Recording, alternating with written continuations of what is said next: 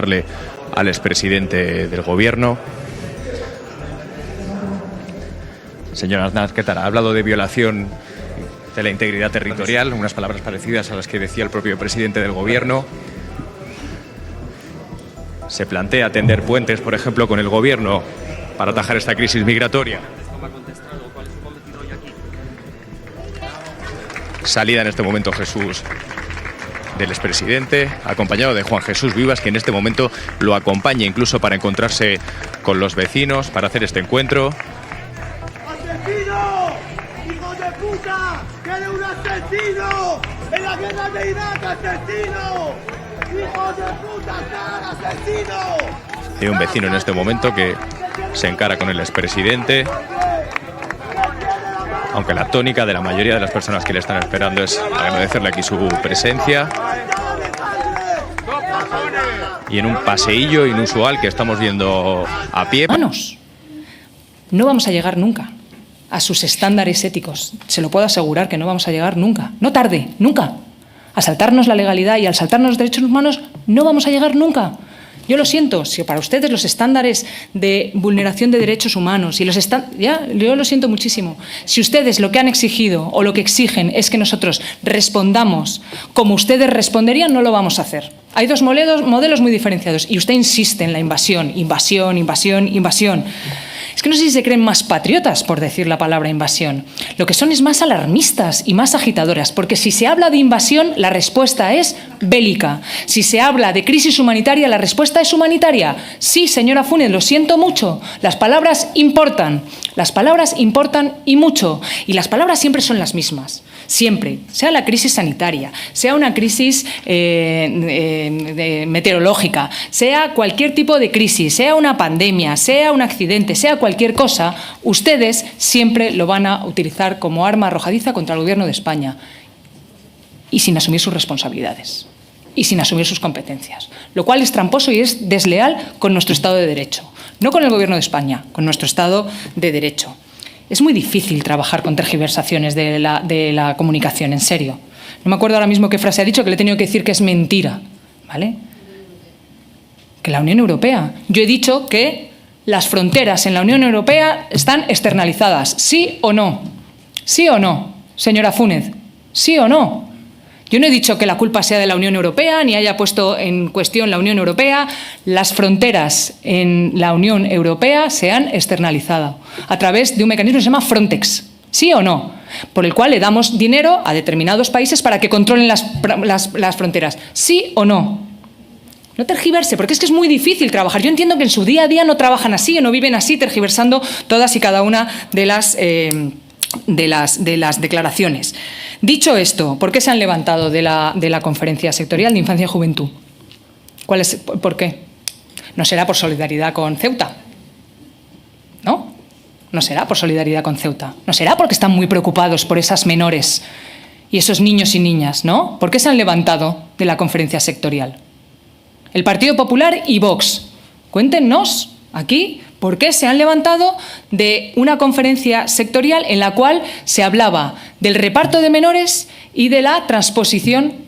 Se hablaba del reparto de... Señora Funes, si llevan bloqueando el reparto de menores desde el año 2021, por favor. Se estaban... Vale, entonces, ¿por qué se han levantado? ¿Porque no quieren que le den 25 millones a Ceuta? Porque no quieren. Porque no quieren. Entonces, ¿por qué se han levantado? ¿Porque no quieren que les llegue 25 millones a Ceuta? Se han levantado, no han ido. Es que, claro, o sea, es que hay que tener mucho cuajo para venir aquí a hablar de Ceuta y de defender la soberanía nacional y decir la situación en la que están los ceutíes y luego no hacerse cargo de las competencias del Partido Popular en las comunidades autónomas. Ustedes bloquearon durante años el traspaso de los menores de Ceuta al resto de las comunidades. ¿Sí o no? Sí. ¿Sí o no? No, estamos hablando de menores. Estamos hablando de menores. Cumplimiento de la ley. Yo no sé, otros 25 minutos. No debemos meternos en diálogo. Estamos haciendo la exposición final. No. Entonces, No. Ya, pero es que usted también me ha hecho preguntas y yo no le he contestado en el momento. Bueno, entiendo que no se hayan leído el ordenamiento jurídico de nuestro país, cosa que es grave. Entiendo por lo menos que se hayan leído por lo menos el funcionamiento de esta Cámara. Entonces sí, yo le hago preguntas a las cuales usted no me ha contestado. Hoy se ha levantado el Partido Popular y Vox de la mesa para hablar de los menores en Ceuta. Bueno, pues no. Y los ceutíes están orgullosos, no he dicho de la gestión, vuelvo a insistir, he dicho de la gestión de los profesionales. Es que es muy importante quedarse hasta el final de la frase y es muy importante en la vida cotidiana la comprensión lectora, oral, escrita, cualquier tipo de comprensión. Los ceutíes pueden estar orgullosos de sus profesionales, pueden estar también orgullosos de sus fuerzas y cuerpos de seguridad del Estado, pueden estar orgullosos de todos los servidores públicos que tenemos, pueden estar orgullosos. Los únicos que no están orgullosos son ustedes, la derecha y la ultraderecha de este país. Dicho esto, yo me he reunido con todos. ¿Sabe con quién no me he reunido? Con los que en la puerta de la delegación del Gobierno me llamaban hija de la gran puta. No sé, por lo que sea. Por lo que sea. Me he reunido con los profesionales de urgencias.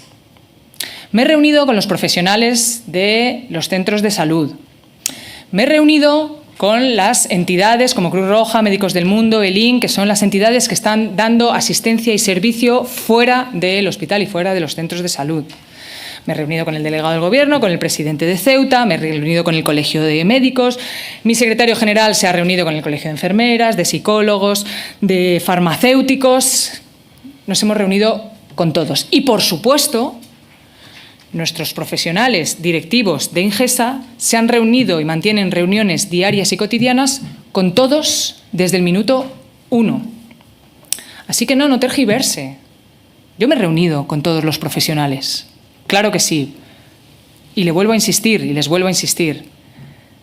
El Ministerio de Sanidad no ha tenido que ir porque el Ministerio de Sanidad está en Ceuta. Dicho esto, vamos a seguir, como no, como siempre, apoyando todas las medidas que sean necesarias que ahora necesita el Gobierno de Ceuta, los ceutíes. Lo que no necesitan es intoxicaciones, tergiversaciones, intentar romper esa convivencia de la que es ejemplo y es orgullo la ciudad de Ceuta y la ciudad de Melilla. Y vamos a seguir trabajando con lo mejor de nuestra vocación pública, de nuestro compromiso y de nuestras responsabilidades. Eso es lo que va a hacer el Gobierno de España. Y termino como empecé. Vamos a llegar tarde o no vamos a llegar a todas las exigencias de la derecha y la ultraderecha para que vulneremos los derechos humanos y para que vulneremos la legalidad nacional e internacional. Muchas gracias. Y en el desarrollo de esta asquerosa estrategia se piden confinamientos por razones de salud pública.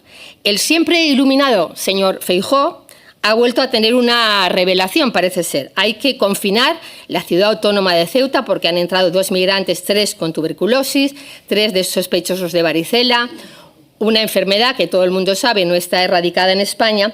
Y, por cierto, que también pienso que si tanto les preocupa al PP las enfermedades infectocontagiosas, deberían dejar de pactar gobiernos con formaciones políticas que rechazan las vacunas y que incluso presumieron de no vacunarse durante la crisis, que eso sí que lo fue, sanitaria de COVID. Y para rematar, señora ministra, la última ocurrencia de la oposición es su estrategia de desinformación y alarmismo es aislar en sus casas a más de 80.000 españoles sin que ningún dato epidemiológico lo justifique, sin que los expertos lo recomienden y sin explicar siquiera qué mecanismo de transmisión pretenden cortar con semejante medida.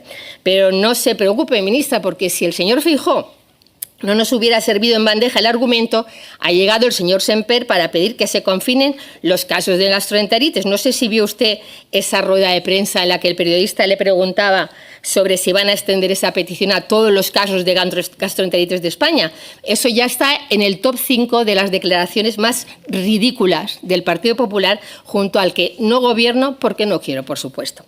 Y vamos a ver hoy qué titular nos deja el señor de la guerra, el señor Aznar, que seguro que no va a ser nada poco radical. Señorías, los confinamientos no son una ocurrencia política, son una herramienta de salud pública. Y conviene explicarlo porque esto es el Congreso de los Diputados y no una cadena de WhatsApp. Los confinamientos se utilizan cuando existe evidencia epidemiológica que los justifica. Y hasta la Sociedad Española de Epidemiología ha desmentido a Feijóo. No existe riesgo de que se produzca un brote entre la población. Por tanto, que el Partido Popular no quiera hacernos pasar por responsabilidad lo que es puro alarmismo y pura estrategia. Y, sobre todo, no conviertan una nacionalidad en una enfermedad, porque eso es lo que están haciendo. Sí, muchas gracias. Señora Funet, lo primero que he dicho es agradecer a todos los servidores públicos, entre los que obviamente están las fuerzas y cuerpos de seguridad del Estado. Las fuerzas y cuerpos de seguridad del Estado también han hecho un sobreesfuerzo en esta crisis migratoria, como lo han hecho también durante los incendios, como hacen durante cualquier crisis y cualquier emergencia. Dicho esto, anoche tuvieron que parar el linchamiento a migrantes también. Y entiendo que cuando ustedes dicen que hemos llegado tarde, yo le hablo de mis competencias y luego hablo del Gobierno en general. No se puede llegar tarde a un sitio donde ya estamos. Vuelvo a insistir, no se puede llegar tarde a Ceuta cuando una parte importante del Ministerio está en Ceuta. Si llegar tarde para ustedes significa haber ido antes a hacer expulsiones ilegales, echar a las personas vulnerando los derechos humanos, el Gobierno no es que llegue tarde, es que no va a llegar nunca. Si llegar tarde es haber enfrentado esta crisis migratoria, como dicen ustedes, como si fuera una invasión, como en palabras suyas, por eso son importantes las palabras, como si fuera una invasión, con una respuesta bélica, el Gobierno no es que vaya a llegar tarde, no va a llegar nunca. Si llegar tarde es hacer expedientes de expulsión que son ilegales, expulsar a la gente de manera ilegal, el Gobierno no va a llegar nunca. El problema es que el Partido Popular, desde el minuto 1, ha jugado la única carta de la expulsión. Y ustedes no han puesto ninguna solución encima de la mesa. Cuando ustedes dicen que llegamos tarde, ¿qué pensaban que teníamos que hacer con ese paso transfronterizo de los migrantes? Hemos visto imágenes de fuerzas y cuerpos de la seguridad del Estado haciendo algo de lo que estamos orgullosos, que es ayudar y cuidar. Incluso abrazar a chavales que venían llorando. De eso estamos orgullosos. ¿Cuál era su propuesta para llegar antes a una crisis de esta magnitud? Y vuelvo a insistirle, Ingesa no tiene que llegar a Ceuta, Ingesa está en Ceuta. Y vuelvo a decirle, si tenemos que llegar tarde a la defensa y la vulneración, a la defensa de los derechos humanos, no se preocupe, que es que no vamos a llegar tarde a la vulneración de los derechos humanos, es que no vamos a llegar nunca. Dicho esto, usted habla de un escenario previsto. Este escenario lo vivió Ceuta en el año 2021, lo vivió Canarias en el año 2020. ¿Vale? Seguramente en volumen sea la crisis migratoria más grave que hemos tenido, seguramente. Como recordarán ustedes, durante la pandemia, en el año 2020, a las costas canarias llegaron en torno a 20.000 personas, que se quedaron, porque no hubo manera. Por la situación de la pandemia no hubo manera, ¿vale? Y en el año 2021 también llegaron miles de personas a través de la frontera de Ceuta, ¿vale? O sea, quiero decir, esta exposición, esta frontera, que es una frontera de España, es una frontera de Europa, y que, como ya ha dicho algún grupo parlamentario, creo que la portavoz de Esquerra, Europa ha decidido externalizar esta protección de esta frontera. Bueno, es parte del debate, ¿vale? Pero ustedes no pueden decir que hemos llegado tarde a un sitio donde ya estamos, a un sitio donde ya están las fuerzas y cuerpos de seguridad del Estado, donde ya hemos reforzado y donde, les vuelvo a insistir, es que el Gobierno de España ha puesto más recursos en Ceuta y Melilla que en todos los años que han estado ustedes en el Gobierno de España. Eso es innegable y eso es indudable. Refuerzos sanitarios, refuerzos... Sí, no haga así y mire las cifras, si yo lo siento. Usted me hablaba de la difícil cobertura, ¿vale? La difícil cobertura tiene unos criterios, señora Funet, que los pone el Consejo Interterritorial. La difícil cobertura habla de, bueno, pues unos recursos económicos. Usted me dice que ha mirado las nóminas. Ha mirado las nóminas, ¿no?, de los profesionales. Cuéntenos. ¿Cuál es la nómina de un profesional de Ceuta y Melilla en comparación con el resto de profesionales? Porque yo le digo, y lo afirmo rotundamente, que los salarios de los profesionales de Ceuta y Melilla son los más altos de toda España. Los más altos de toda España.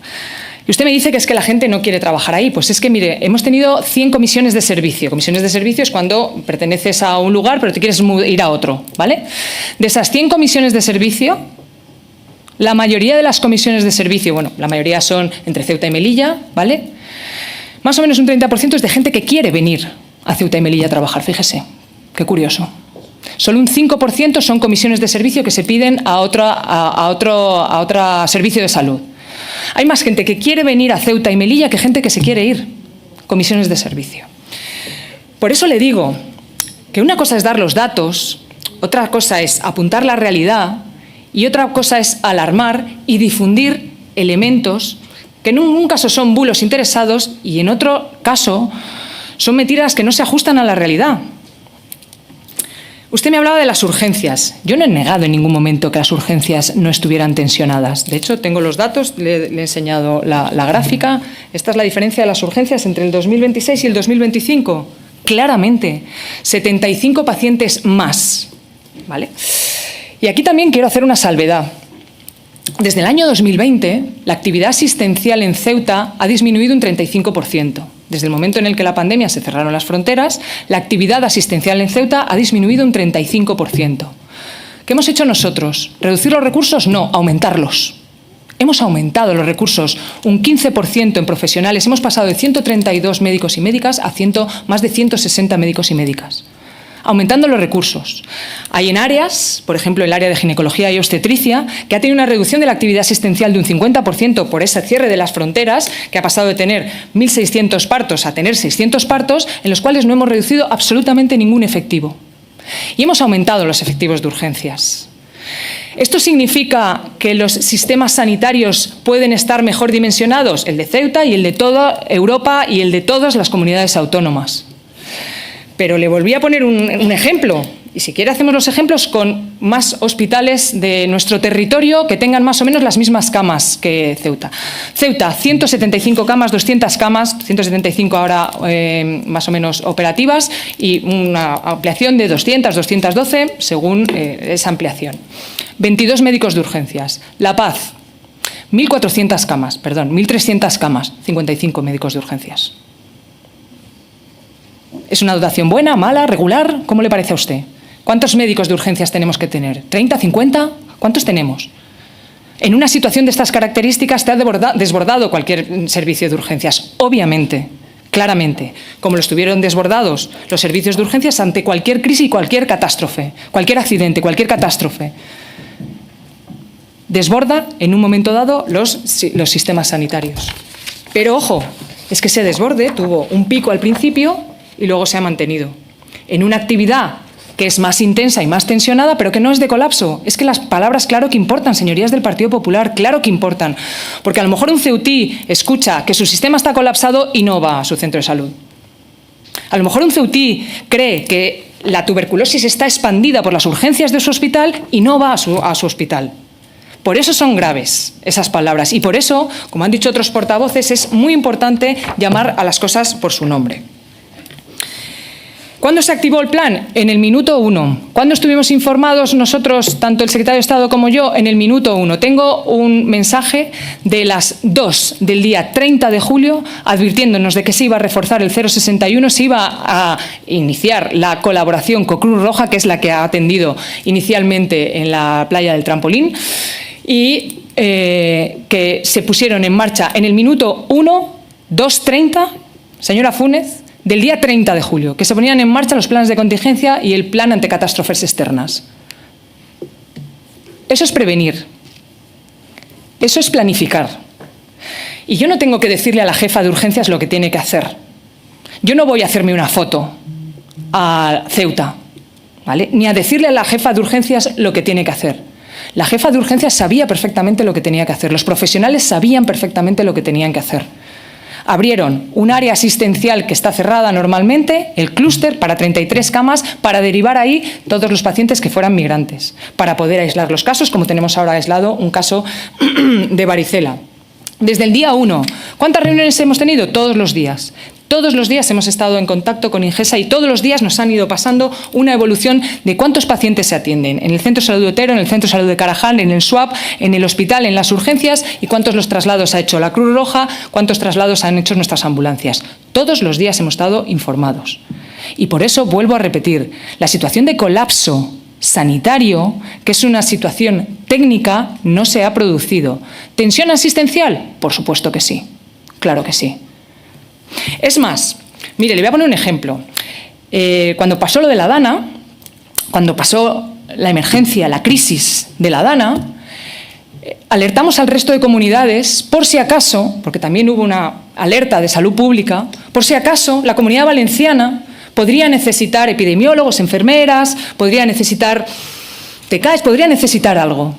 En este caso no hemos tenido ni que alertar al resto de comunidades para que nos traigan profesionales. Y decían, es que faltan profesionales, faltan recursos. Vale. Desde los 1.000 profesionales que dejaron ustedes hasta los 1.450 que tenemos ahora, ¿cuál es su conclusión? Pero una conclusión estadística, dígame una conclusión estadística. Hago ahora mismo el cálculo y dígame cuántos profesionales hemos aumentado este gobierno progresista del Gobierno de España. Profesionales sanitarios. Hemos incrementado un 17% también los médicos y médicas. Hemos incrementado las infraestructuras y las instalaciones. Esto es no haber reforzado los recursos. Y decía, se ha pedido al resto de profesionales que voluntariamente hagan guardias de urgencias. Sí, esto ocurre, porque el resto de profesionales, un otorrino, un traumatólogo, un dermatólogo, que no se ha visto afectado por esta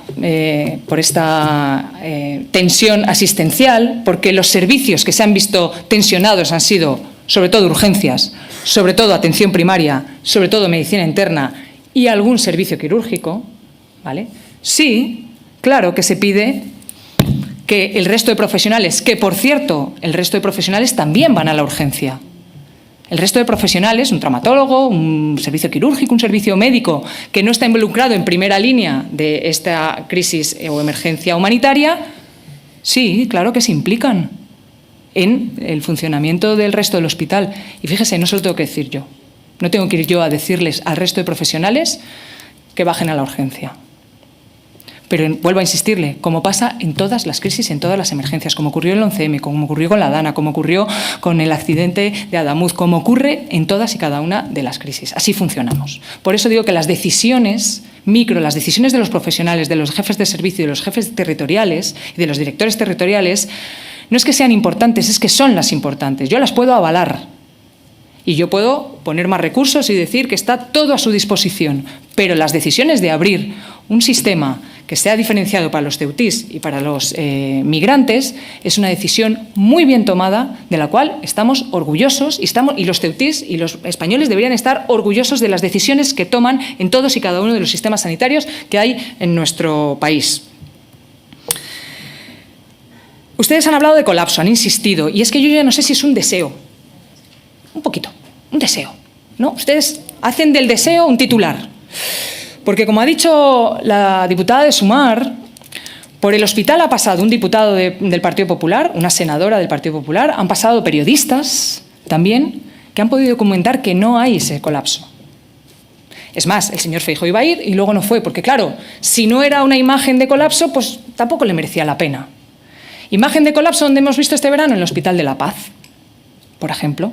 Colapso en las urgencias, como todos los veranos, en el Hospital de la Paz. Y discuto las palabras, claro que sí, es que las palabras son muy importantes. Si ustedes hablan de invasión, reiteran que los migrantes traen enfermedades, que nos han debido traer enfermedades que ya teníamos aquí, señores de Vox. Si ustedes reiteran la palabra invasión, la respuesta es una respuesta bélica, claramente. Yo reitero la palabra crisis humanitaria, por eso la respuesta es humanitaria. Por eso la respuesta es de salud pública, porque es una crisis humanitaria. Depende de cómo se definan las cosas, depende de cómo se haga el diagnóstico, así tendrás el tratamiento.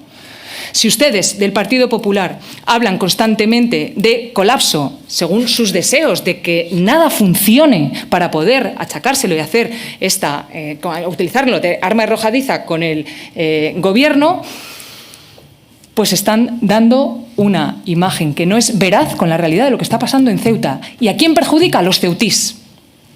No perjudican al Gobierno de España, perjudican a los ceutís. Y no confundo resistencia con normalidad. Yo no he dicho que que el servicio de sanidad haya funcionado con normalidad, no lo he dicho en ningún momento. Y sí, podemos comparar los médicos que tiene la ciudad de Ceuta con el número de tarjetas sanitarias, con el número de kilómetros cuadrados. Y esto tiene una razón, señora Funes. Es que no es lo mismo dar servicio a una comunidad autónoma como Castilla y León con dispersión demográfica que dar servicio a una ciudad o a una comunidad como puede ser la Comunidad de Madrid que no tiene esa dispersión geográfica. Claro que sí, claro que es un factor importante. De hecho, es uno de los factores que es uno de los criterios para dar recursos a unas comunidades así y a otras no. Lo dije en Ceuta y lo vuelvo a decir, independientemente de que ustedes insistan en tergiversar. Lo primero que dije en Ceuta es agradecer a la población ceutí su solidaridad, su empatía y su ejemplo de convivencia. Lo primero, no he oído a ningún ceutí, no he oído al Gobierno de Ceuta decir que hay que confinar, que los migrantes traen enfermedades y toda la sarta de discursos xenófobos y racistas que ha habido por parte de la derecha y ultraderecha de este país. No lo han dicho los profesionales, no me intenten hacer la triquiñuela de que yo he dicho que los profesionales... No, no, no, los profesionales diagnostican, los profesionales hacen un cribado, los profesionales no han dicho que un paciente migrante, una persona migrante, haya traído la tuberculosis. ¿Sabe por qué? Porque ha habido 90 casos de tuberculosis en los últimos 5 años. ¿Sabe por qué? Porque ha habido casos de sarna en los últimos 5 años, en Ceuta y en toda España. Más de 11.000 brotes en toda España. Luego la sarna no la traen los migrantes, luego la tuberculosis no la traen los migrantes, luego la varicela y cualquiera de las enfermedades de las que nosotros estamos vacunados no las traen los migrantes. No es verdad, es injusto y es xenófobo. Y a todo aquel que lo diga le voy a decir que es injusto y es xenófobo. Pero no se lo he oído a los profesionales, ¿eh? Se lo he oído a ustedes, se lo he oído a Vox. O sea, que no intenten desviar mis críticas, que son unas críticas también para proteger a la población ceutí de las mentiras y los bulos, hacia algo que yo no he dicho. Y si usted no coge la parte interesada de la rueda de prensa y la coge toda, escuchará al principio mi agradecimiento al pueblo ceutí. Es más, mi agradecimiento también al Gobierno ceutí por ser ejemplo de convivencia, ejemplo de solidaridad y ejemplo de empatía. Claramente, sin lugar a dudas. Es el mejor ejemplo en contra de las tesis racistas y xenófobas que por aquí rondan. Es el mejor ejemplo, Ceuta. Lo que pasa es que hay quienes están intentando utilizar el sufrimiento legítimo de los ceutís, la sensación de incertidumbre de los ceutís para sacarle rédito político. Pero si es que esto no es nuevo. Lo hacen ahora, la Dana, un incendio, una pandemia, cualquier cosa. Empatizamos con el sentimiento de los ceutís, por supuestísimo que sí. Y también empatizamos, y no es incompatible, con empatizar con el sentimiento de los migrantes que vienen en extrema vulnerabilidad. Hay quienes nos levantamos por la mañana para poner soluciones.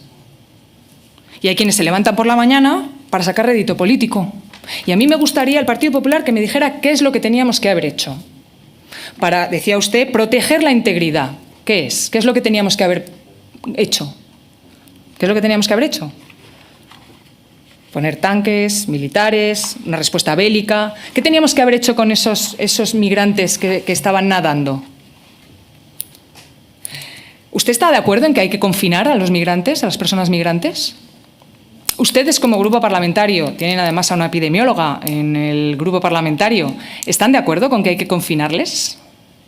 Esto no son palabras que le haya oído yo a ningún ceutí, ni a ningún presidente de Ceuta. Se las he oído al presidente del Partido Popular, que hay que confinar a los migrantes. ¿Por qué? Porque son personas migrantes.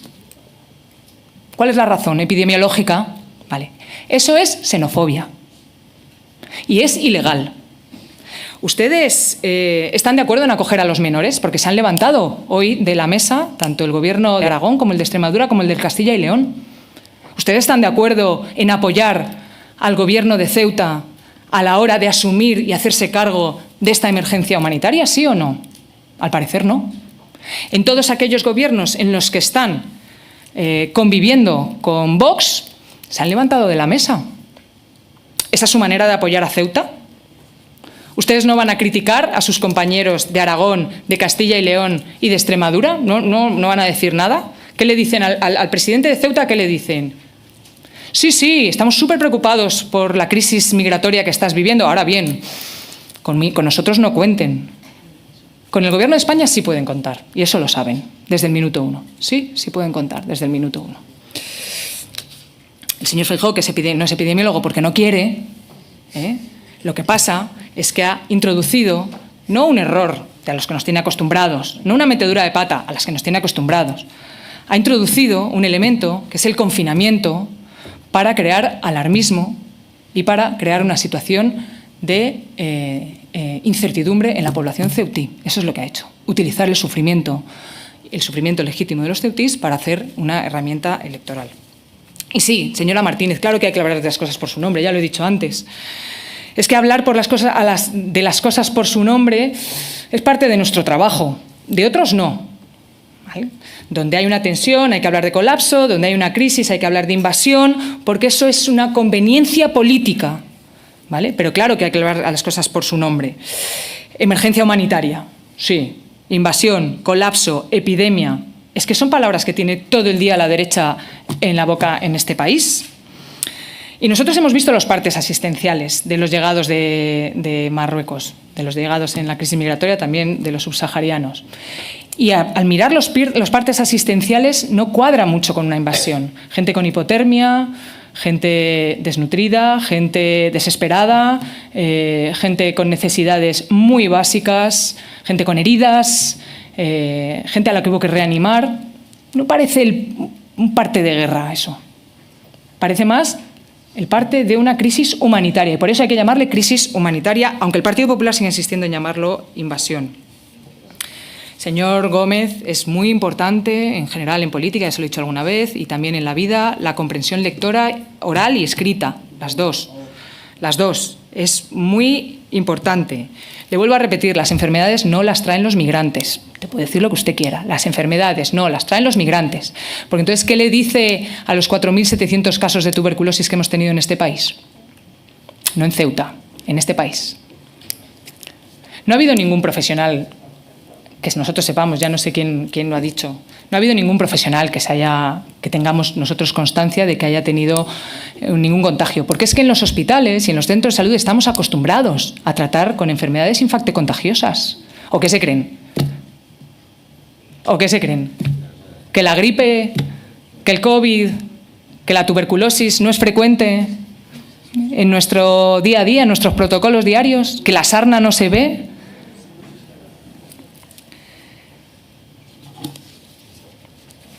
Luego me gusta que me acuse de dar demasiados datos. Yo entiendo que la turullen, pero acusarnos de dar demasiados datos. Y sí, la realidad de la violencia machista, señores de Vox, no la niego yo, la niegan ustedes. La realidad de la violencia machista no la niego yo, la niegan ustedes. Y cuando quieran hablamos de los miles de casos de mujeres asesinadas en este país por violencia machista. Y de los casos de mujeres violadas en este país por violencia machista. Cuando quieran, hablamos de eso. Yo ya le he dado los datos de las contrataciones de sanitarios, lo que pasa es que no le interesan. ¿Un 50% más de sanitarios desde que estamos nosotros en el Gobierno le parecen muchos o pocos? Digo porque ese esfuerzo no lo ha hecho ninguna comunidad. Ninguna comunidad ha hecho ese esfuerzo. ¿Vale? Y luego, vuelvo a insistir, es importante la comprensión lectora y escrita en todas sus dimensiones. Yo me reuní con el Colegio de Médicos. El presidente del Colegio de Médicos, que es el mismo que el presidente del Sindicato de Médicos, se reunió conmigo el primer día en exclusividad, junto con la Junta de Personal. No, perdón, aparte de la Junta de Personal. Nos reunimos con todos los sindicatos y luego además le hicimos una mención especial al Colegio de Médicos. Por eso, cuando ha ido el secretario de Estado, se ha reunido con aquellos colegios con los que no nos habíamos reunido. No es que haya excluido al Colegio de Médicos, es que yo estuve reunida personalmente. Por cierto, una reunión en la que el presidente no me trasladó especiales quejas, más allá de la difícil cobertura. La difícil cobertura tiene unos criterios, señora Funes, señores de Vox, tiene unos criterios, hay que cumplirlos. Y ahora mismo hay comunidades en las que se cumplen y otras en las que no. Y eso lo decide el Consejo Interterritorial, ¿eh? Yo no voy a ir diciendo tú sí, tú no. Criterios del Consejo Interterritorial. Si se cumplen esos criterios, son plazas de difícil cobertura, que nada tiene que ver con los salarios. Y le vuelvo a insistir, le reto a que investigue cuáles son los salarios de los profesionales de Ceuta y de Melilla. Con respecto a las competencias, ¿no?, que me decía la señora Recas, es muy sencillo. Yo voy a explicar las competencias en un minuto. Vivimos en un país que tiene las competencias descentralizadas. Creo que somos el tercer país de Europa que tenemos más descentralizado nuestro sistema político, ¿no? Alemania, Bélgica, Suiza, y estamos nosotros ahí. No somos un Estado federal, pero somos un Estado descentralizado. Esto significa que cada uno de los ciudadanos tiene por encima de él 2 o 3 instituciones: la local, la de la comunidad y la estatal. Para que esto funcione, cada vez que ustedes ponen las culpas de las competencias en otro que no corresponde, para que esto funcione tiene que haber 3 principios. Uno, el principio de responsabilidad. Cada uno se hace cargo de sus responsabilidades. Cada uno se hace cargo de sus responsabilidades. El segundo es el principio de lealtad y de respeto. Se respetan las responsabilidades y las competencias del de al lado. Yo respeto las competencias de la Consejería de Salud de Ceuta. Es más, trabajamos con ellos mano a mano. Por cierto, en una colaboración, bueno, pues todo lo leal, porque trabajamos para los ciudadanos. Esos ciudadanos que se deben a su gobierno de Ceuta y a su gobierno de España también. Quiere decir que tenemos esas competencias compartidas. Y el tercero es el principio de cooperación que hemos utilizado desde el primer momento. Cada vez que ustedes le echan la culpa al Gobierno de España de manera interesada, políticamente interesada, de algo que no son sus competencias, los que están poniendo ustedes en cuestión es el ordenamiento jurídico que nos hemos dado entre todos y todas. Y tengo un ejemplo perfecto. El Estado de las autonomías y las competencias funcionan como un quirófano. Ahí cada uno sabemos lo que tenemos que hacer. El cirujano no hace lo que hace el anestesista no hace lo que hace el cirujano y la enfermera no hace lo que hace ninguno de los dos. Y hay competencias que se superponen. Para que el cirujano opere, el anestesista tiene que anestesiar primero. Para que nosotros podamos filiar a las personas, para que podamos hacer una prevención, para que podamos tener a las personas en una vigilancia epidemiológica, necesitamos que estén en un techo seguro. Y eso es lo que le hemos demandado a la ciudad de Ceuta. Y eso es lo que, después de 2 semanas, la ciudad de Ceuta se ha puesto a trabajar. Yo no digo si culpas o no culpas, si es mucho tiempo o poco tiempo. La realidad es que en el año 2021, que pasó lo mismo en menor cuantía, se pusieron a disposición de los migrantes instalaciones de manera más ágil. Esa es la realidad, contado por los propios profesionales que están allí. Ya está. Polideportivos sí, polideportivos no, lo que nos diga la ciudad de Ceuta. En el año 2021 se utilizaron, ahora no, pues no se utilizan. Entonces necesitaremos otros espacios. No hay debate aquí.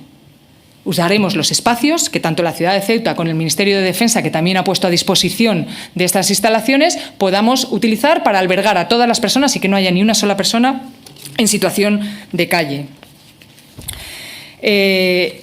Señora Strems, efectivamente, aquí hay muchas aristas en esa crisis. Una arista geopolítica, una arista europea, de la externalización de la responsabilidad de las fronteras que ha hecho Europa. Y de manera sosegada y de manera leal y de manera reflexiva tendremos que hablar de todas de ellas, claramente. Hablaba de planificación y recursos. Ha habido planificación y ha habido recursos previos y posteriores. Hemos incrementado en más de un 40% los recursos previos y hemos incrementado en 100 profesionales. Yo no se preocupe, señor Gómez, que yo le voy a pasar detalladamente... Gómez, perdón. Lo he leído mal, perdón. Le voy a pasar detalladamente todos y cada uno de los sitios donde ha ido cada uno de los profesionales. Pero es que a usted le da igual. Sí, le da igual. Le da exactamente igual. No le interesa, no le importa si hemos tenido 5 médicos más, si hemos traído 3 más, si hemos traído 25 enfermeras, es que no le interesa, porque va en contrario a su relato. Compartimos el diagnóstico, y lo he dicho desde la primera intervención, ni minimizamos ni alarmamos. Crisis o emergencia migratoria y humanitaria no es una manera de definir algo para minimizarlo, sinceramente. Ahora, colapso e invasión es una manera de alarmar y compartimos perfectamente el diagnóstico. Los migrantes tienen una cualidad, en general, que ya la hemos visto en algunos informes que hemos hecho desde el Ministerio de Sanidad, que suelen ser personas sanas, más sanas. Son personas más jóvenes, son personas que son capaces de nadar 1 kilómetro y suelen ser personas que no traen enfermedades crónicas. Nos hemos encontrado con, creo que 1 o 2 casos de diabéticos y un caso de insuficiencia renal. Enfermedades crónicas que no es que las traigan a España, es que las traen ellos, ¿vale? El resto son enfermedades o infecciones derivadas de las situaciones y las condiciones de hacinamiento. Por eso, habilitar espacios es la primera condición y la primera medida de salud pública. La primera, sin lugar a dudas. No es de mi competencia, pero es la primera medida de salud pública. Y por eso, cuando fui a Ceuta, lo primero que pedí, lo único que pedí, son espacios para poder habilitar lugares. Espacios para poder habilitar lugares salubres. La primera medida para proteger la salud de las personas migrantes y de las personas autóctonas. Mire, es que en salud pública esto es seguramente lo más importante. Uno de los padres de la salud pública lo fue en uno de los barrios de Londres porque detectó la fuente de la que salía el cólera, la crisis de cólera que estaban teniendo. Por eso tenemos que hablar con rigor. Claro que en el agua potable están una gran parte de los riesgos sanitarios que sufre la población migrante y cualquier población, claro que sí. Por eso necesitamos saneamientos, claro que sí. ¿El Sistema Nacional de Salud está dimensionado, mejor dimensionado, peor dimensionado? Yo creo que el Sistema Nacional de Salud está mal dimensionado para el verano y para el invierno. Normalmente afrontamos en todas las comunidades autónomas, y seguramente en toda Europa, afrontamos mal el periodo vacacional en el que hay unos flujos no solamente migratorios, sino hay unos flujos de personas. Bueno, pues hay lugares que tienen más tensión, los profesionales tienen que irse de vacaciones, tienen que ejercer su derecho legítimo a irse de vacaciones y en invierno tenemos la epidemia de la gripe y del COVID-19 que viene todos los años en las mismas fechas. Y en esas fechas estructuralmente se contrata más gente, siempre, en cualquier hospital, en cualquier lugar. Se contrata gente para el verano y se contrata gente para el invierno. Planes de verano y planes de invierno. Esto es así desde los tiempos de los tiempos, desde el INSALUD, desde el que el señor Feijóo era director del INSALUD, presidente del INSALUD, hasta los días de hoy. Esto es así. El debate es cómo reforzamos, ¿no?, nuestro sistema sanitario. Y en todos los sistemas sanitarios de Europa se ha reforzado, por ejemplo, en profesionales sanitarios, en médicos, enfermeras, entre un 15 y un 20%. En España debemos estar en un 15%. En Europa hay países que han reforzado un 20%. Y aún así tenemos unos retos en los que, bueno, pues no somos capaces de asumir toda la demanda asistencial que nos hemos encontrado, por ejemplo, después del COVID-19, de la pandemia. Bueno, tendremos que reflexionar y ver dónde ponemos los recursos, dónde son más eficientes, si necesitamos más médicos, dónde, si en atención primaria, en especialidad, etcétera, etcétera. Pero esa es una reflexión que tenemos que hacer en común. Y la universalidad de la asistencia va muy alineada con la regularización de los migrantes, de las personas migrantes. Claro que sí. Es que son medidas que mejoran nuestro país, sin lugar a dudas.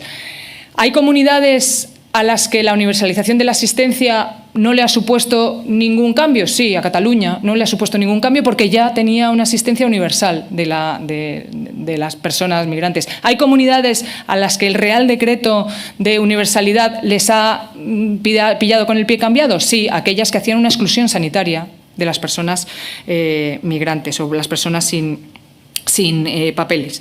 Y usted lo decía también. La regularización de los migrantes es una medida humanitaria, por supuesto, pero es que es una medida económica. Claro que es una medida económica.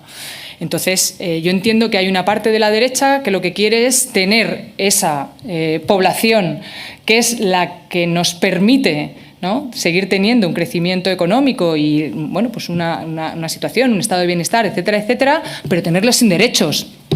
Ahí también vamos a llegar tarde. Lo siento, porque no vamos a llegar tampoco a eso. No vamos a llegar a no dar derechos a aquellos que están contribuyendo a nuestro país de manera cultural y de manera económica. Y luego, ¿a qué dedican las comunidades los presupuestos y las transferencias? Pues aquí, yo, como buena respetuosa de las transferencias de las comunidades y de las competencias de las comunidades, aquí cada comunidad elige. Desde el año 2018 aquí se han aumentado las transferencias a las comunidades autónomas en un 45% y cada comunidad autónoma ha decidido dedicarlo a una cosa. Hay quienes han aumentado ese presupuesto en su presupuesto sanitario un 45% y hay otras comunidades que han decidido aumentar su presupuesto sanitario en un 20% y se han dejado otro 20% en el camino. Bueno, pues tendrá que dar cuentas de sus servicios sanitarios cada uno, ¿no? Cataluña es de las que ha transferido gran parte de esas transferencias extraordinarias que ha dado el Estado a través no solamente de fondos de los presupuestos generales del Estado, sino también de los fondos Next Generation, ha decidido invertirlas en los servicios públicos de sus ciudadanos y ciudadanas. Sí, claro, vale. ¿Más? ¿Necesitamos más? Seguramente que necesitemos más. Y hay otras comunidades que han decidido que no. Desde el Ministerio de Sanidad, antes de la pandemia, nosotros hacíamos unas transferencias finalistas de en torno a 50 millones para todas las comunidades. Estamos ahora en torno a 500 millones, algunos años 900 millones. Hemos transferido a las comunidades autónomas más que nunca en presupuestos finalistas, presupuestos para atención primaria, para salud mental, para salud digital, para digitalizar los sistemas, para renovar la alta tecnología, para renovar también la tecnología de uso cotidiano de los profesionales, aumentar ecógrafos, rehabilitar centros de salud. Eso es lo que ha hecho el Gobierno de España en estos últimos años, cosa que no puede decir el Gobierno del Partido Popular, que solo puede presumir de sus recortes y de sus privatizaciones. ¿Qué recursos pondremos a disposición? Hoy ha habido una conferencia sectorial de infancia en la que había un reparto de esos 25 millones que acompañarán a las comunidades autónomas para que se hagan cargo de algo que se tienen que hacer cargo legalmente, a pesar de que se niegue el Partido Popular o se hayan levantado de la mesa el Partido Popular, que es hacerse cargo de esos menores. Y los protocolos que se ha puesto en marcha, como le he comentado, entiendo que se refiere a los protocolos que se han puesto en marcha dentro de Ceuta, los protocolos que ya estaban establecidos, están los protocolos internos, tanto el plan de contingencias como los planes externos al hospital, y obviamente hemos puesto en marcha todos los protocolos que tenemos de salud pública en relación a estas infecciones que ahora pueden preocupar más. Es que no está la señora Calvo y no la puedo contestar, pero bueno, lo dejo aquí por si luego lo quiero ver. No ha habido ningún contagio que nosotros sepamos a profesionales, porque ha admitido que había un profesional. Nosotros no tenemos constancia de ello. Los profesionales trabajan día a día en contacto con pacientes infecciosos. Este es nuestro día a día. Esto no es fruto de ninguna emergencia humanitaria. No es solamente solidaridad. Es que creo que me decía que Cataluña es solidaria. No es solamente solidaridad, es que es nuestro Estado de Derecho. Nos hacemos cargo todos y todas de todas las crisis y todas las emergencias. En este caso, creo que la mayor deslealtad es de un partido que le dice a Ceuta que no se quiere hacer cargo de sus propias responsabilidades y sus propias competencias y que allá se las apañen, seguramente porque es parte de su herramienta política. Y con respecto a las vacunas, es muy sencillo. Otra cosa es que no se haya entendido o no se haya transcrito bien. 45.000 vacunas. 15.000 triple vírica, 10.000 y 10.000 difteria, tétanos y polio, ¿vale? Y claro que estamos preparados. Lo que pasa es que son vacunas de uso habitual en nuestro país. No las tiene el Gobierno, las tienen las comunidades. El stock de las vacunas lo tienen las comunidades autónomas. Por eso, en la ponencia de vacunas, no un mes más tarde, un par de semanas más tarde, hemos convocado a la ponencia de vacunas para que se pongan a disposición y, por supuesto, serán repuestas. Pero la reserva estratégica en la cual tenemos vacunas, algunas de la viruela, tenemos algún tipo de vacunas, no son de las enfermedades comunes que vacunamos en España, son reservas estratégicas frente a otro tipo de amenazas. Pero es que vacunar a un niño o una niña de la triple vírica no es fruto de una amenaza, es fruto de la normalidad de nuestro país. Y por eso los que tienen el stock en este tipo de vacunas son las comunidades autónomas. Yo sí que creo que ha habido alarmismo e intoxicación por parte de las derechas de este país. Y es contrario a los criterios mínimos imprescindibles de defensa de la salud pública y defensa de nuestra soberanía, así de claro, y de nuestra convivencia. Y con respecto, que me decía la diputada de Junts, cada una de las personas tiene derecho a tener un expediente individual. Y esos expedientes individuales, que hablaba de las expulsiones o no expulsiones, si alguien nos va a pedir que nos saltemos la legalidad en materia de vulneración de derechos humanos, le vuelvo a repetir, no llegamos tarde, es que no vamos a llegar nunca. Nunca vamos a llegar. Vamos a darles los derechos y la jurisprudencia que tenemos en nuestro país a todos y cada uno de las personas que han llegado. Y habrá quienes tengan protección de asilo, un expediente de protección internacional, de asilo, y habrá quienes no. Y nuestra legislación dice que los menores no se pueden devolver, a no ser solo cuando que el menor quiera, la familia quiera, ¿vale? Pero los menores, tal y como nos pide la derecha de este país, no se pueden devolver. Y estaría bien que el resto de las comunidades del Partido Popular, 1, se leyeran la legislación, 2, no incitaran al Gobierno a saltársela y 3, fueran solidarios con su compañero de Ceuta. Muchas gracias. Muchas gracias, ministra. Comenzamos entonces los turnos de réplica de 5 minutos, empezando por el Partido Popular, que agradecería que se ajustase a ellos. A continuación, portavoz de Sumar. Muchas gracias, presidente. Muchas gracias, ministra. La verdad que estoy helada. Y no solo del aire acondicionado, que aquí siempre está muy fuerte, sino por las cosas y las sandeces que tenemos que escuchar con este tema. Primero quería comenzar mandando todo el cariño y toda la solidaridad a los familiares y compañeros de los fallecidos que han intentado llegar a Ceuta a nado. Repito, a nado. Igualmente, nuestra solidaridad y apoyo a todos los ceutíes, a los militares, a todas las fuerzas de seguridad del Estado que están viviendo unos momentos muy, muy difíciles, y también a las entidades sociales y a los profesionales sanitarios que, una vez más, están por encima de cualquier político, sea del signo que sea. Y es que nos encontramos, como bien ha dicho la ministra, ante una crisis humanitaria sin precedentes en nuestras fronteras. Una crisis humanitaria, yo diría también, ante una crisis de humanidad. Porque, sin duda alguna, lo que estamos oyendo aquí, lo que llevamos oyendo durante todo este mes, es una crisis de humanidad total. Y aunque estemos en la Comisión de Sanidad, no podemos ser ajenos a por qué hemos llegado hasta aquí, a la causa y a las causas. Desde nuestro grupo parlamentario, así lo han explicado muchos de los otros diputados en las diferentes comparecencias, tenemos muy claro que Marruecos es culpable, tenemos muy claros que ha usado y seguirá usando, lanzando personas para provocar esta crisis. Y lo que también tenemos muy claro es que Europa no ha estado a la altura.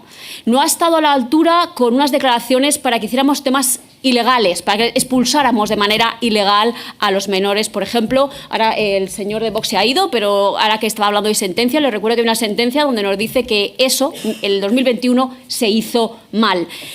Una Europa donde Meloni ha llegado a decir lo que ha dicho, y aunque están reculando muchos gobiernos, una Europa donde España ha dejado claro que nosotros no somos iguales, que nosotros nos movemos por los derechos humanos y por la legalidad.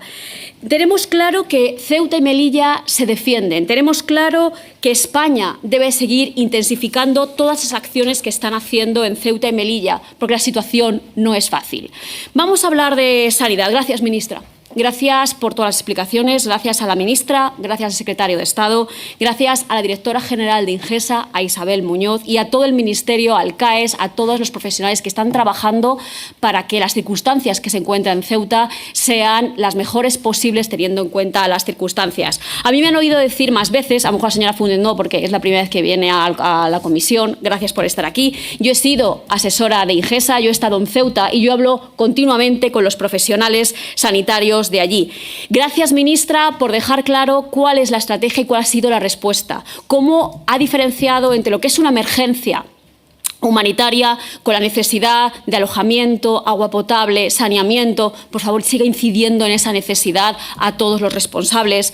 ¿Cómo ha hablado usted de salud pública? De nuevo, competencias. La salud pública es de la ciudad de Ceuta. En su momento no quisieron asumir muchas cosas, ahora parece que están mejor, pues sigan asumiéndolo. Gracias por reunirse con la Comisión de Salud Pública, Vacunación y ser conscientes de la necesidad de esa vacunación. Gracias por hablar de la asistencia sanitaria, que sí depende del Ministerio de Sanidad. Gracias por esos datos, que al señor de Vox le molestan, pero es que los datos son los que son. En momentos donde muchos alimentan ese intento de imagen de caos sanitario, ha proporcionado esos datos. Nos ha dicho usted cómo desde esas 1.140 y algo asistencias sanitarias ese 30 de julio nefasto hasta las 250, las 350 diarias que hay ahora entre atención primaria y atención hospitalaria. Cómo los circuitos se han ido separando para que no se vea afectada la actividad diaria. Cómo no se ve afectado los quirófanos, las atenciones, la atención primaria a la población ceutí. Ha hablado de cómo de esas 175 camas del hospital de Ceuta, 17 están ocupadas ahora mismo por lo que ellos llaman migrantes. No se ha suspendido ninguna actividad. Gracias por decirlo una y otra vez, porque algunos se han basado en decirlo una y otra vez, que es que está todo colapsado. Y es que, aunque en 2018 se cerraran las fronteras y bajara un 34% la asistencia sanitaria en los centros de salud y en la hospitalaria, nunca se ha dejado de invertir en profesionales, nunca se ha dejado de invertir en... Supongo que habrán ido al centro de salud del Tarajal, es increíble, es una maravilla, y una maravilla los profesionales que están trabajando en ella, porque lo que tiene claro este gobierno es que Ceuta y Melilla no se abandona. Lo que tiene claro es que las circunstancias que tienen Ceuta y Melilla son tan únicas que si hace falta más personal, se pone. Si hace falta más centro de salud, se pone. Si hace falta defenderlo, se pone. Por eso, cuando el Partido Popular, me van a permitir que no hable de Vox, creo que después de verano he decidido que no voy a contestar a Vox. Por eso, cuando el Partido Popular decide hacer ese show, porque es un show, que nos deja a todos estupefactos, señorías del Partido Popular, son ustedes una máquina de fabricar bulos, una máquina de fabricar xenofobia, una máquina de crear desinformación, y sobre todo son ustedes una maquinaria tremenda de hacer sandeces. Voy a repasar un poco las sandeces con las que nos han brindado estos meses. Sandez número 1, todos a Ceuta. Venga, como si fuese un parque de atracciones. Vámonos todos a Ceuta, programan visita del señor Feijóo, además piden permiso para ir al hospital. Como digo, yo hablo mucho con Ceuta. Hablaba la señora Funes, el señor Semper, que ya no está, pero bueno, estaba antes. Hay un colapso tremendo. Bueno, pues se cuela un diputado y una senadora del hospital. Vamos a ir allí, ven que el de colapso, nada, y claro, la agenda del señor Feijóo cambia, ya no merece la pena ir a demostrar que no hay ese colapso. Y ahora de repente la sandez más grande es activar al señor Aznar. Venga, vámonos todos para allá como si fuese un parque de atracciones. Venga, más sandeces, que ya lo ha comentado nuestra compañera del Partido Socialista. Feijóo y Semper, ¿no? Lo del confinamiento. Madre mía de amor hermoso, yo creo que las únicas palabras que han aprendido el Partido Popular en la pandemia ha sido confinar e Isabel Zendal. Yo creo que es lo único que entienden. Y me molesta, porque hay gente del Partido Popular que son médicos, que son enfermeras, que son expertos en salud pública. Pero ¿por qué no les dijeron que leyeran esa frase antes de lanzarla? Es que han quedado como una sandez, como unos irresponsables, como unos iletrados. Es que tienen gente experta, pregúntenles. Que si tuberculosis, varicela, la ministra ya les ha dicho los datos reales. Y ya el clímax para mí de la ignorancia, y no quisiera creer que es el clímax de la maldad, ha sido Esther Muñoz, cuando dice que no hay que hacer distinción entre proteger a niños y a niñas porque son lo mismo, porque las niñas no sufren más que los niños. Pero ¿qué ignorancia es esta? Vale que los que hemos trabajado en ayuda humanitaria, en derechos humanos, podemos tener más conocimientos, pero qué sandez es decir que las niñas no requieren más protección. Es de una ignorancia, de una maldad vital. Pero claro, es que ese es el juego del Partido Popular, deshumanizar. Deshumanicemos ese colectivo general que llaman migrantes, deshumanicemos a los niños. Ha llegado a hablar de que las familias son unos irresponsables por mandar a los niños. ¿Qué clase de familias tienen que ver cómo sus hijos están sufriendo para mandarles a nadar para llegar a Ceuta? Un poquito de dignidad y de humanidad.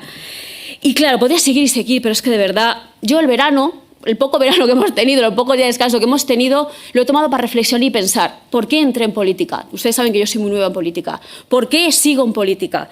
Y a veces digo, pero ustedes, señorías del Partido Popular, ¿no se hacen la misma pregunta? ¿No se hacen la misma pregunta ¿para qué vinieron a esto? Aquí en el Congreso hemos venido para ponernos de acuerdo y para legislar. ¿Para qué han venido ustedes? Porque si van a seguir siendo esa máquina de sandeces, si van a seguir no defendiendo a Marruecos o a Trump cuando hablan de Ceuta y Melilla como lo hablan. Incluso Israel ha llegado a decir que somos colonos en Ceuta y Melilla y no lo han defendido. Si en vez de apoyar y unir y trabajar todos juntos por los derechos humanos, mandan a las juventudes del Partido Popular a llenar los colegios para que no entren los migrantes, si en vez de legislar, colaborar... Señora Funes, le recuerdo que hay una reunión que la ha pedido el Ministerio. Sentémonos a hablar, de verdad. O sea, vamos a trabajar, porque eso es lo que espera la ciudadanía de nosotros. La ciudadanía de nosotros, que nos ha votado, y los impuestos que nos pagan, es para legislar y para ponernos de acuerdo. Como diría la quironesa de los áticos, si no quieren trabajar, la ciudadanía les va a decir algo clarísimo. Chao, pescado. De nuevo, gracias, ministra. De verdad, gracias por persistir en intentar dar explicaciones, por intentar luchar para que la situación mejore. Yo quería hacer una pregunta, sobre todo el tema del mando único. Si nos puede dar un poco más de detalle sobre el mando único. Y también, como yo me gusta mucho hablar de que aquí venimos a legislar y trabajar, si nos puede dar una pincelada de las prioridades que usted considera que deberíamos tener también aquí en el Congreso de los Diputados de tema legislativo.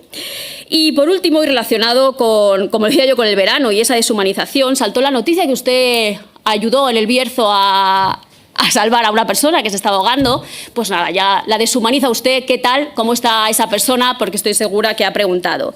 Y sí, señora Funes, más marca Mónica García, más marca Coalición de Izquierdas y más marca Más Madrid. Gracias.